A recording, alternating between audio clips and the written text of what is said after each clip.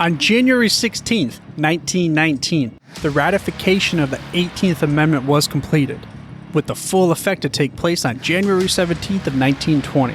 Now, this amendment may hit home with many football fans because it made illegal the manufacturing, sale, and transportation of alcohol. Curiously enough, though, this may have been the very thing that helped keep the Rochester Jeffersons afloat in the NFL, because the hero of this story, the Mr. Everything for the Jeffs, Leo Lyons, was able to make some stone cold cash himself to pay for the salaries of his All-American football team with the money he earned as a bootlegger. Welcome to the Football History Dude podcast, where each episode is a journey back in time to learn about the rich history of the NFL. Your host is Arnie Chapman. Football is his passion, and he wants you to come along with him to explore the yesteryear of the gridiron. So hop on board his DeLorean, and let's get this baby up to 88 miles per hour. Great Scott! This time as we step off the DeLorean, the date is October 13th, 1918. We're on a moving train because we are on our way back to Rochester, New York. We just got done watching the Detroit Heralds beat up on our Rochester Jeffersons, but that's not why this is important. The one reason why this is important is because one of our buddies is riding solo in a train car way back because he's down with the sickness, the influenza pandemic that's sweeping the globe and the nation. That's where we left off this interview, the last one, with John Steffenhagen, the preeminent source of Rochester Jefferson history. And we will pick back up this episode to learn how the influenza pandemic almost wiped out the Rochester Jeffersons and the rest of this interview. So if you have not listened to the first part of the interview, then you need to take your finger, you need to mash that little pause button, then flip the script back to the first part because you need to listen to the first portion of this interview so you can hear the crazy course of events, the timeline that has led us up to where we are now. Almost getting into the NFL for the Rochester Jeffersons, this tiny little town. You can get there, actually, by heading to the dedicated page on my site at thefootballhistorydude.com/John Steffenhagen. That's John, John, Steffenhagen, Steffenhagen. Again, John Steffenhagen. But let's not me wait you anymore. Let's get back into this interview with John Steffenhagen. Yeah, I didn't even realize that there was such a severe epidemic in 1918 around the wartime. I mean, was it considered something that was biological terrorism, or was it just because it happened? No, actually, it was you've heard of the plague. It was actually the plague from medieval times had come back because people hadn't been inoculated for it, been taking shots for it. So it started up and it would just spread. And it actually was so extreme during the wartime that I get the numbers right here. An estimated 50 million people worldwide died. Wow. From it. I mean, and there were 675,000 cases in the U.S. Did it run rampant throughout? Like even in Europe and everything, did it affect the war at all in the efforts? Probably not sure on all that, but it was helped along by, your body being weak. I'm sure a lot of soldiers, from the battle and that were weak, and I'm sure they were taken by the influenza epidemic as well. But yeah, it was a serious thing. And actually here in Rochester and probably across the rest of the country, like, churches were closed, schools were closed, any public places, restaurants were all closed up. Like anything where you could come in contact with it, they try to lessen it. So yeah, it was pretty major. How long did it go on for? I'm not sure. Yeah, because I just wonder, I mean, I don't know if it really happened to any, but if there were any restaurants or other local businesses that were on the verge of closing down anyways, this might have just devastated them and then they were shut down. I would think so, yeah. I mean, yeah, it definitely had effect on businesses, especially, yeah. I mean, stores, I believe they closed down, department stores and things as well. Because then everybody was, of course, panicked about it too. So people weren't even coming out of their houses. It was pretty serious. Yeah, it's something that hopefully we don't have to deal with like that in the future. But I know that there's always the chances around the corner. And speaking of chances always around the corner, there's still getting close to that phase 3, step 3 for Leo. Where was he at after 1918 and dealing with the war and the influenza? Where do we go next? Okay, so we're now at 1919, year before the NFL. Rochester is still playing teams locally. They're dominating them. They're still beating up teams from the rest of the state. They get some pullback from the Buffalo Prospects, who had become one of the best teams in Buffalo. At that time, they pretty much were kind of doing what Leo was doing, taking the best players and putting them all on one team. So in 1919, the Buffalo Prospects would win the state championship against the Rochester Jeffersons. They played 2 games for the championship. The first one ended in a 0-0 tie. I believe the second one was a 7-0 victory for Buffalo. So they're still, state champions or playing for the state championship every year.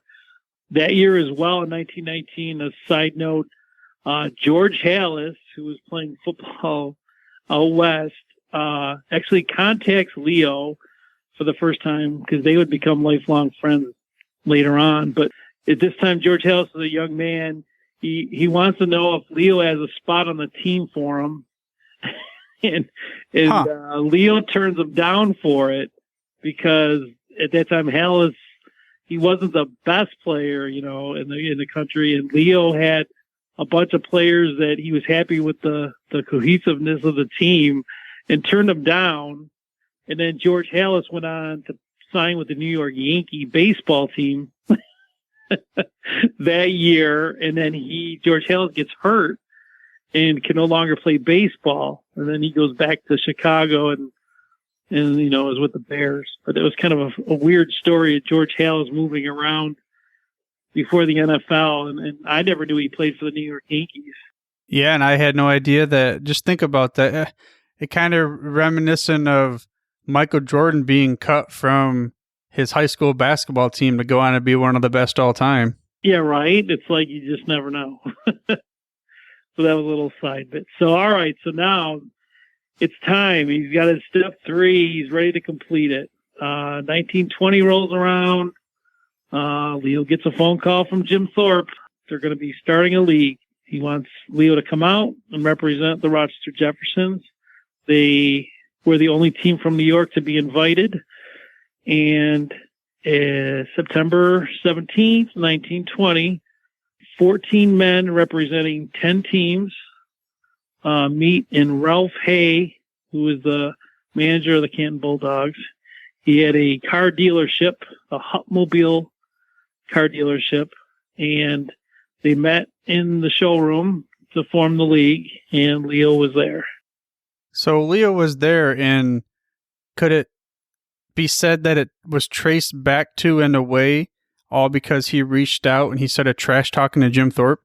Mm-hmm. Yep, I think so. Yeah, because later on, Jim Thorpe and Leo would become good friends, and at that time, Leo didn't know the extent of how known it was to Jim Thorpe, how the Jeffersons were doing. But later on, Thorpe would tell him, it was because of your trash talking that it impressed me that, here's this young kid challenging us. It's like no one in the country did it. It's like you turned heads. So Leo did exactly what he wanted to do, is make himself known, and he did it. And yeah, he was there in the showroom with Jim Thorpe and George Halas to form the league, and he's considered one of the co-founders of the NFL. Yeah, that's a movie in its own right. A person at such a young age with such drive and being, of course, you could jump scene to all the different things, being a doctor, being setting up the field, but then challenging the Mr. Olympia, the greatest athlete of the 20th century, and all the. How do you make that stuff up? Right, I know. And what was also great was that those teams out west in the Ohio League and the Canton Bulldogs, these teams were all backed by businesses or rich businessmen And here you have Leo. I mean, even the teams in Buffalo he was playing against, or Syracuse, they also were backed up by businesses or had financial backing. And here you got Leo working 2 full-time jobs and the only guy doing everything. So that in its own right is pretty remarkable for Leo to be a co-founder of the league. And that's why I think he sets apart from the other ones, because he was definitely, one of a kind. Yeah, I mean, if you look up the definition of bootstrap of NFL, if you combine those two words, then I guess Leo's picture's got to be there because he was a definition of it. Right. I mean, so that day they set the ground rules for the league, and it was originally called the APFA, which confuses a lot of people. It actually confused me when I was researching all this. In 1920, the NFL considers September 17th, 1920, as the birth of the NFL. However, it wasn't called the NFL. It was called the APFA, the American Professional Football Association. And then 2 years later, they would change the name officially to the NFL. But I've had a lot of people tell me in the past, like, oh, yeah, the Jeffersons, they were one of those, they were an APFA team. They weren't an NFL team. It's like, well, no, they were, but they were an NFL team. So that's a big misconception. Here in Rochester, anyway, a lot of people didn't actually realize the Rochester Jeffersons were an original NFL team. Well, being an original NFL team, what was their first game? When did it play, and who did they play against? So, yeah, that first season starts, again, now there's still no set schedule. Teams are playing teams that are in the league and teams that are not in the league. I mean, literally an NFL league team, they could play a high school team. I mean, there was no set standards or set rules. They just played whoever. So it was whoever you could book. Leo right away didn't realize what a disadvantage he was in at that time, because no one wanted to play them, Rochester, because they knew nobody was going to come see them, because either they didn't know them, or if they came to Rochester, there probably wasn't a lot of support in Rochester at the time for money-wise. So all the teams would try to book against the Canton Bulldogs, some of the big teams, Chicago Staleys, who became the Chicago Bears. So that season, the Jeffersons ended up playing just a couple of NFL league teams, and the rest were just against Buffalo or even just the Rochester local teams to fill out the season.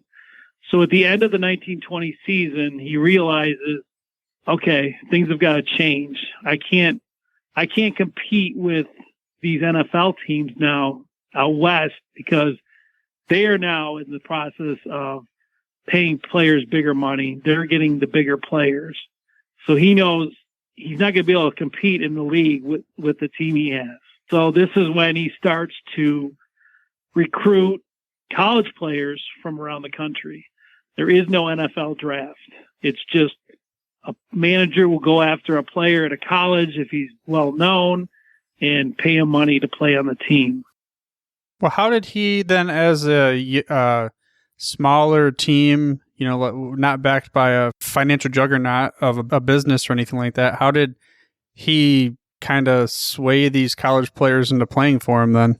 Well, at the very beginning, he had, I guess, saved up money and worked maybe even 2 or 3 jobs, because at the start of the 1921 season, NFL historians, Bob Carroll, who was one of the top historians, and other historians agree that the 1921 Rochester Jeffersons, they had like 8 or 9 college All-Americans on his team. And so I was curious. I'm like, how is Leo, the same thing you just said, how is Leo affording all these All-American players on a team by himself? So I had come to learn through his journal after he had died and started really looking through all the pages that this is the time that prohibition was taking place in America, the outlawing of alcohol.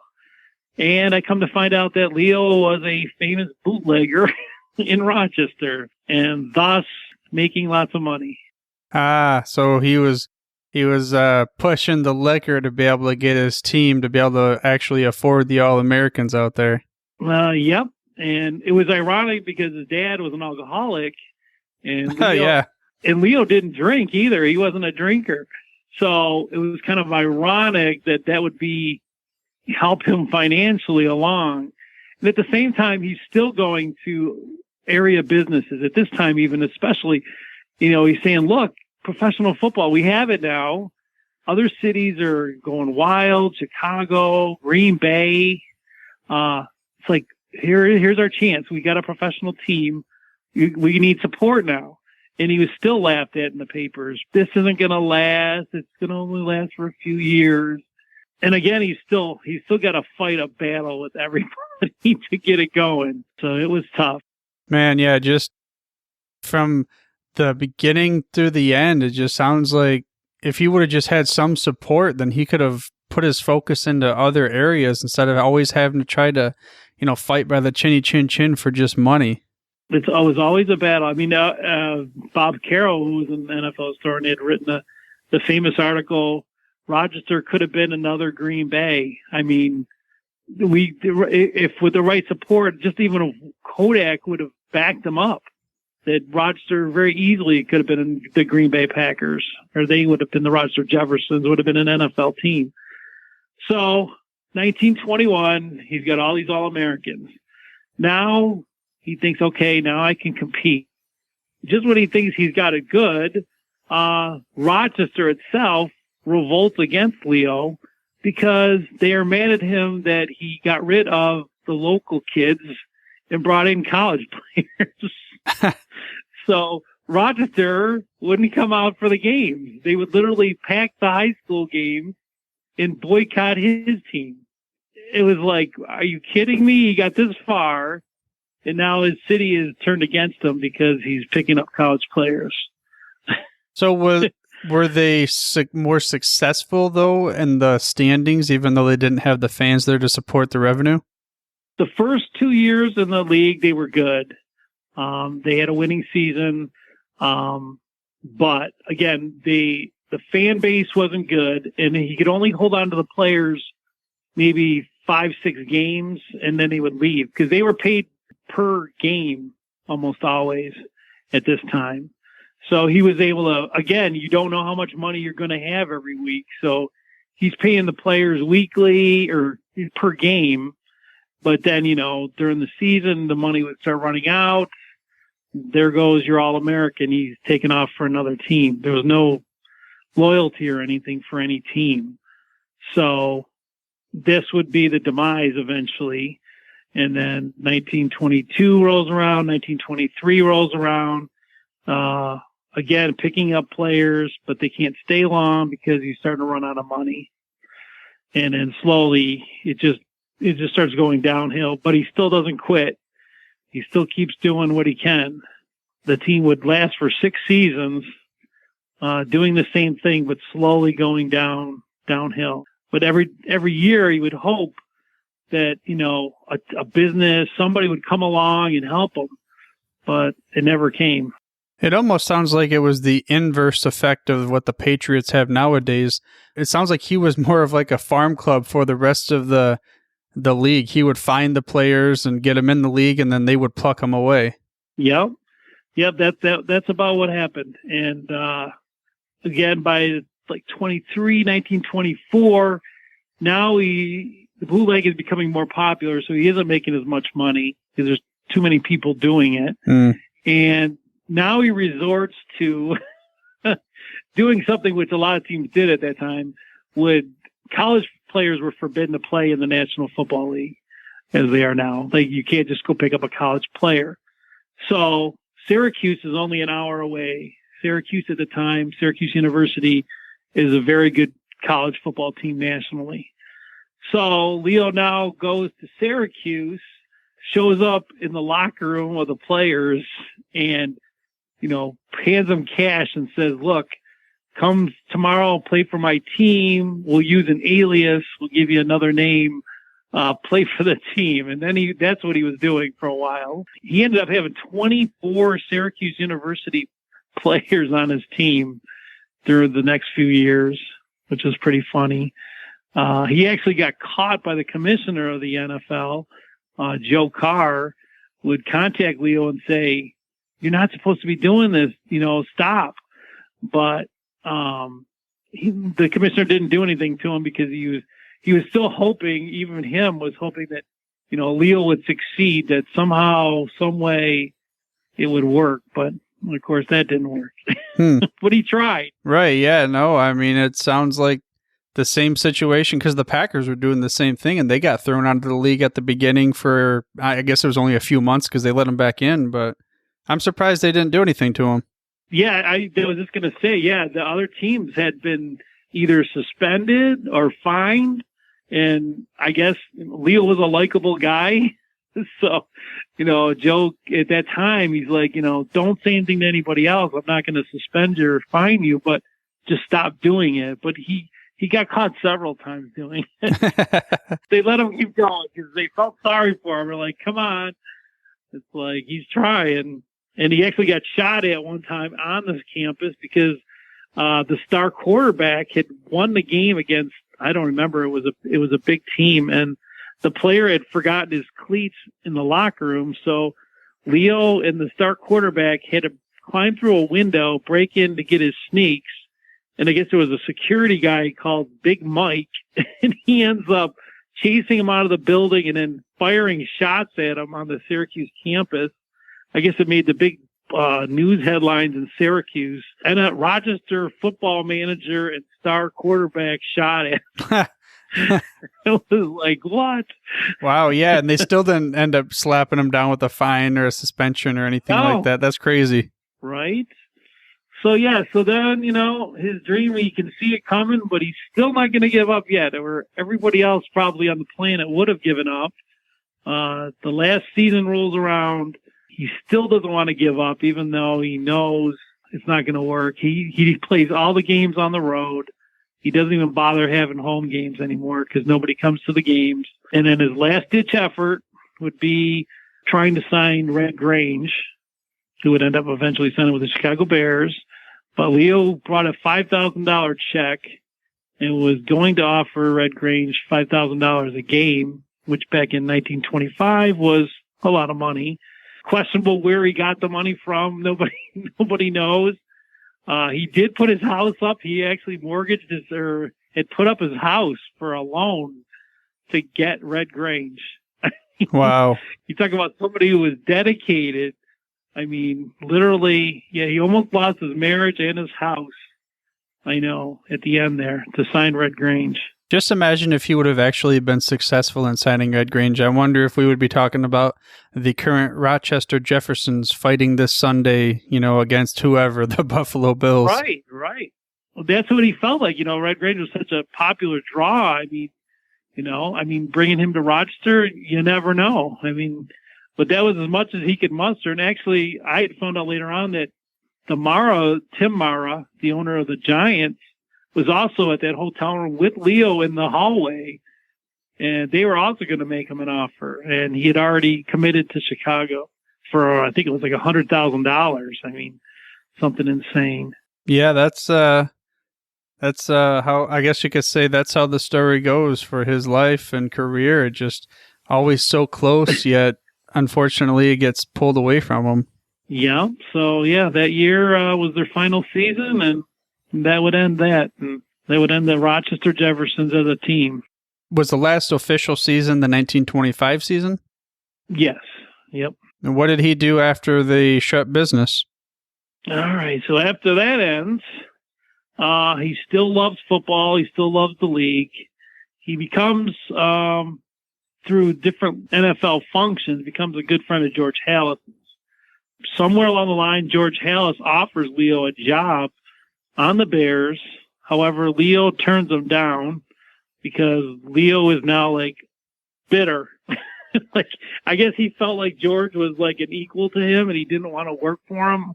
I don't know. There's a lot of stories of, why he didn't take him up on the offer. He probably should have, obviously.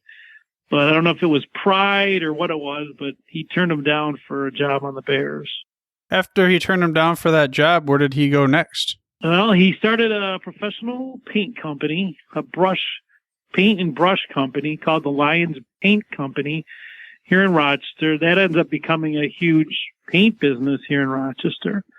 And at the same time, of course, you can't just do one thing. He's got to do like several things at once. So at that time, he also starts a bowling league with all the teams from New York State. And there's Leo on the cover of the sports section in 1930. Leo wins the state championship for Rochester. It's like, what? And then there's newspaper articles. Leo and Jim Thorpe. Jim Thorpe is traveling the country for Indians abuse, the country abusing Indians. And Leo invites him to Rochester.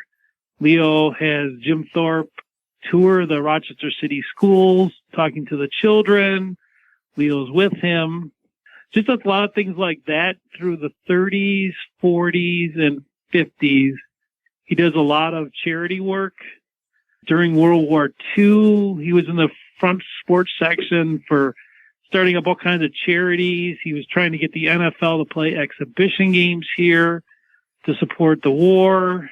Again, for whatever reason, like going at newspapers.com, if you Google Leo Lyons, I mean, thousands of news articles. It's incredible. I can't believe, after football, I was like, okay, he's done. But no, he was constantly doing something. So during this time, he's also collecting football memorabilia because the early years of the NFL, a lot of people didn't think it was going to, continue. So yeah, he would collect a lot of that stuff and keep it in his downstairs, which slowly his downstairs was becoming a miniature Hall of Fame. So come 1960, he becomes friends with Pete Rozelle, NFL commissioner at the time, tells him, Cooperstown has got baseball Hall of Fame since the 1930s. Really time for a Hall of Fame for football. So that had taken place. They were talking about doing it. It's finally agreed upon that they're going to do it in Canton, Ohio. And that day in 1963, when the Hall of Fame opens, Leo's on stage. Leo's there for the ribbon cutting ceremony. Leo's on the field for the coin toss. Did a huge thing for the opening of the Hall of Fame itself. Yeah, I had no idea that he was part of, helping initiate the Hall of Fame as well as, working through it. And just a lot of stuff that he was involved in even thereafter the early years, it sounds like. Yeah, and what was nice was George Halas, during his induction speech in 1963, as one of the original, men to be put in the Hall of Fame, George Halas would say it was men like Leo Lyons who started this league who really don't get the credit for giving it their all. It's like, I'm so glad he did that. That was a big nod to him publicly. Leo had done all that and nobody knows who he is. Right. Yeah. I had never even heard of him until I started researching, the Jeffs. I found your website and then reading through, I was like, man, this is an incredible story. And every time you keep bringing more up, I'm like, wow, I'm took back by it. So then we got the opening of the Hall of Fame. And then Leo, through the years, is always invited to the owners' meetings around the country. Now, like, that's unusual for some kid who had 6 seasons in the NFL, invited to every owners' meeting. Right, yeah, that is unique. Which is very unique. And that's where he would become also good friends with Art Rooney and Vince Lombardi, which I don't know if he wasn't an owner, but Vince Lombardi was also at these owners' meetings a lot. And then in the late 60s, NFL owners unanimously agreed to make Leo Lyons the honorary historian of the league. That was bestowed upon him in Los Angeles. I think it was 67 or 68. So that was really neat. Huh. So yeah, just very involved with those guys. And they would remain lifelong friends. I mean, Jim Thorpe, Art Rooney, George Halas. That's why I talked to a lot of people. I'm like, there's got to be something more. When I first was researching this, I'm like, why would these big guys, successful men, remain lifelong friends with a guy who had a team for 6 seasons? Right. Yeah. I mean, that's, there's got to be more there, in which obviously there was going through this interview. And do you remember any specific stories that he told you as a young lad, or were you too young to really remember any of those? No, I remember him. It's actually a pretty, again, story within a story within a story. We'll go back to the birth date. His birthday, he was born on March 11th. When my mother was expecting, and I was supposed to be born March 2nd, I think was my due date, her due date. And during that time, Leo was very close to my mom, and which would have been his granddaughter, and always joked, he's going to be born on my birthday. and it was a running joke for a week and a half. And sure enough, March 11th rolled around and she has me. Wow. So we end up with the same birthday. So, as growing up as a baby, he was always very fond of me. There weren't a lot of boys around. And when we would go over to their house, he would hold me as a baby. And I have in my possession, the 1916 New York State Championship trophy, which is a shiny football trophy, which was actually the next year. That 16 state championship led to him trash talking Jim Thorpe. So I hold that trophy very dear to me because that was a key cog in his plan. So rolling backwards here, when I was a little baby, my mom said that he would always show me that football trophy, and I'd always be touching it because it was so shiny. And I go, what irony is that when I was a baby, I was drawn to this football, and now present day, it's actually at this museum right now, at the Strong Museum, being displayed in Rochester. Wow. Yeah. That's such a cool artifact to be able to have too. Right. I mean, as well as that, I have a 1923 NFL franchise certificate signed by the first commissioner of the NFL. I mean, that's extremely rare, as I've found out now. I have a uniform, the actual cleats, pants, helmet from Leo, I believe, from 1921. And, a lot of hundreds of photos of football. I forgot the football. I have a 1921 game ball from the Rochester Jeffersons versus Chicago Bears.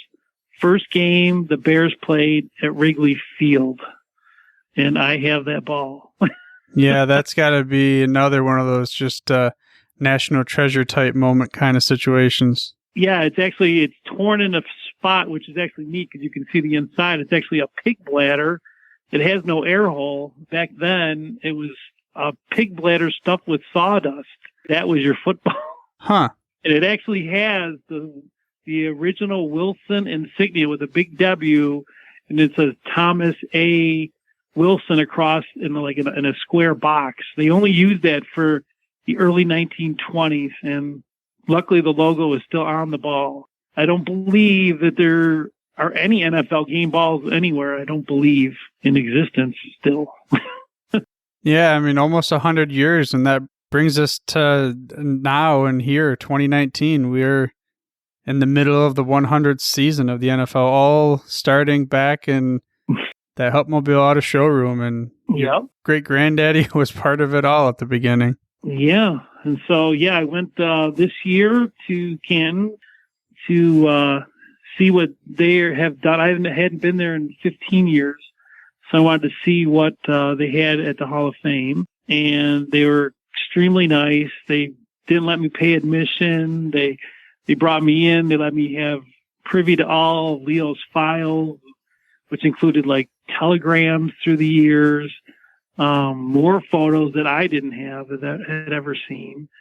And then I met with the president of the Hall of Fame, David Baker, who I went to his office, and we discussed their plans for a founders exhibit, which should be on display for the 2020 season. And there's also a park in development, which will be a state-of-the-art park with like a dome on it, a large screen TV. There's going to be all kinds of like these structures with all NFL owners and players throughout history. And Leo would be on the first structure with the beginning of the NFL. So that was exciting to learn that they're going to be honoring the men that started the league. Yeah, I'm glad that they're doing that as well, too. I mean, going through this show, of course, that's a lot of stuff I've learned. I had no clue, and it's neat to think that a bunch of people had a dream, and then they just had the grit and tenacity to be able to put it together and actually go forward. And then now here we take it for granted 100 years later, but it all started back then. That was the base. And people like your great granddaddy he's bootlegging, he's working 3 jobs, and he has no backing, but he didn't care because that was his passion. He really cared for the team, and he really wanted to make it successful. Yeah, definitely. And the thing that I'm doing all this now is that nobody here in Rochester knows the name Leo Lyons, nor do they know that the Rochester Jeffersons were an original NFL team. It's like, to me, if I was Leo, I would be really saddened that, 100 years later, I've been forgotten. My team's been forgotten. I think that's a shame. So that's why I'm doing all this now, working on a book, the website, Facebook, and then the museum here in Rochester, the Strong Museum, which had 500,000 visitors last year. Worked with the Buffalo Bills this year, and they're doing a then and now exhibit, 100 years of the NFL. I've loaned them the uniform and football, and the Buffalo Bills have loaned a current uniform and football and memorabilia. So it makes me happy to see people learning again that we had an NFL team. Again, to me, that's why this episode is more interesting than a Chicago Bear. Everybody does Chicago Bears episodes, but who's actually been able to listen to Leo Lyons' story? Not too many. Well, that's what. Yeah, I mean, even the president of the Hall of Fame, he's like, he goes, I give you kudos. You're someone who's unique because, here you are. There's a team that only lasted 6 seasons, but you have, all the team photos. You have memorabilia from the team. I mean, nobody else has any. I mean, a franchise certificate from the team. I mean, right? Yeah, that's sweet. I don't even think any of the Bears. I don't think anyone saved them from the 20s. It's like that's what makes me unique. I've already had people offer me money. Like somehow somebody found out that I had the football. I was on a telecast with the Buffalo Bills on MSG Network, and somebody saw the football. They freaking contacted me the next day. He goes, I'm in Houston, Texas right now. He goes, I will fly up right now if you'll sell me that football. I go, how much are we talking? He's like, a lot of money. I go, to be honest with you, no, I can't sell it because that gives me clout. That gives me something. If I lose my memorabilia, it's like, that's part of my stuff. That's my thing. Yeah, I mean, it's family, too. Another thing is just so cool, the stories that you're able to tell of, like you said, with Vince Lombardi and Hallis and Rooney and being in your great-grandpa's kitchen, and at the time not knowing even who they were, but just looking back at it. Right. I remember, them smoking cigars, and, people at meetings, I've told them that. They're like, tell us that story about the guys that hung around Leo's house. And I'll be like, oh, yeah, Vince Lombardi, Art Rooney. They're like, what? I'm like, yeah. I go, isn't that crazy? And at that time, I'm like, yeah, whatever. Right, yeah. Now I'm like, oh, my God. Are you kidding me? And then there's so many more stories. I mean, I didn't even tell you, the wedding. The two of them, Leo got married to his wife. The two families didn't get along, so they got married at a church the next day. And only people in attendance were the Rochester Jefferson football team and Walter Hagen, the famous golfer. They were the only two in the wedding in the chapel. Really? I mean, talk about making a movie, or you could see it in a movie. It's like the so many crazy stories, and there's a bunch more. It's like I could just go on and on. But the one thing I want to ask you before we kind of start wrapping up here is each guest, I give them the question of this. I say, I'm going to give you the keys to my DeLorean, and you can go back in time any point in history so you can be present for one moment. Where would you go? Oh, that's a good one. I like that. Wow, with Leo, it's really tough to pick one. Well, I would have to go to the Hupmobile car showroom in September 17th, 1920, when they started the NFL, to see Leo standing there with those other great men around those cars starting the NFL. That would be quite a scene to see. So yeah, we'll go with September 17th, 1920. Well, I couldn't agree more. And as we wrap up, is there anywhere else you'd like to have the fans of the show come and check out some of your work? Basically, yeah, the website, the RochesterJeffersons.org. I'm still putting on more things. I've actually got a lot more pictures and things that I just got at the Hall of Fame while I was there. So I'm going to be updating that. So there's a lot of information, a lot of pictures, a lot of neat pictures on there of team photos, and there's some game photos of the Jeffersons playing the New York Giants at the Polo Grounds and neat shots like that. All right. Well, we'll again leave links to that in the show notes, and I can't thank you enough for coming on the show. I really appreciate it. Well, thank you. This is a great honor to be able to, like you say, get the word out, and I'm so happy that people like you are interested in the history of football, because there is a lot of things that are interesting, and it's sad to see them be lost in time, and I'm glad that you're bringing them back out. Well, there you go. The team, the man that you probably never heard of. But they both had a profound impact on the history of the NFL. And they were at the beginning, the foundation. And they were one of the original 14 NFL teams. Now, I originally set out to create this episode about the Rochester Jeffersons. And then I found this website. It was rochesterjeffersons.org. I found out that John Steffenhagen was Leo Lyons' great-grandson. And then through this interview, I realized that Leo Lyons should have changed himself to Leo Legends. Now, this was a true one-man wrecking crew. And I hope you enjoyed the legendary knowledge nuggets that John shared with us. And again, you can find out more about John, Leo, and the Rochester Jeffersons on the dedicated page on my site, which you can get to by going to thefootballhistorydude.com/John Steffenhagen. That's John, John, Steffenhagen, Steffenhagen, Steffenhagen, John Steffenhagen. Again, I want to just give John a big thank you for stopping by and riding shotgun on this DeLorean with us and sharing with us the hidden story of the NFL that is the Rochester Jeffersons, but to me, even more niche down, Leo Lyons, Leo Legends. This was an incredible story that Hollywood could not create, that I think they need to make a movie about. But that's not for me to decide. Now, if you thought this was an intriguing story yourself and you would like to see it into a movie perhaps, then why don't you go ahead and share it with at least one football geek such as yourself. Then, of course, also make sure that they mash that little subscribe button on their podcast player choice. That way they get the hottest, freshest out the press episodes each and every week. But speaking of next week, we're going to keep this ball rolling down the field with discussions about the original 14 NFL teams. This time, we're going to learn about a team called the Hammond Pros. But for now, dudes, I'm through if you're through. Thank you for listening to this episode of the Football History Dude. To make sure you're the first to get the next episode, please subscribe on your podcast player of choice and head on over to thefootballhistorydude.com for the show notes and more information on the history of the NFL. And remember, dudes, where we're going, we don't need roads.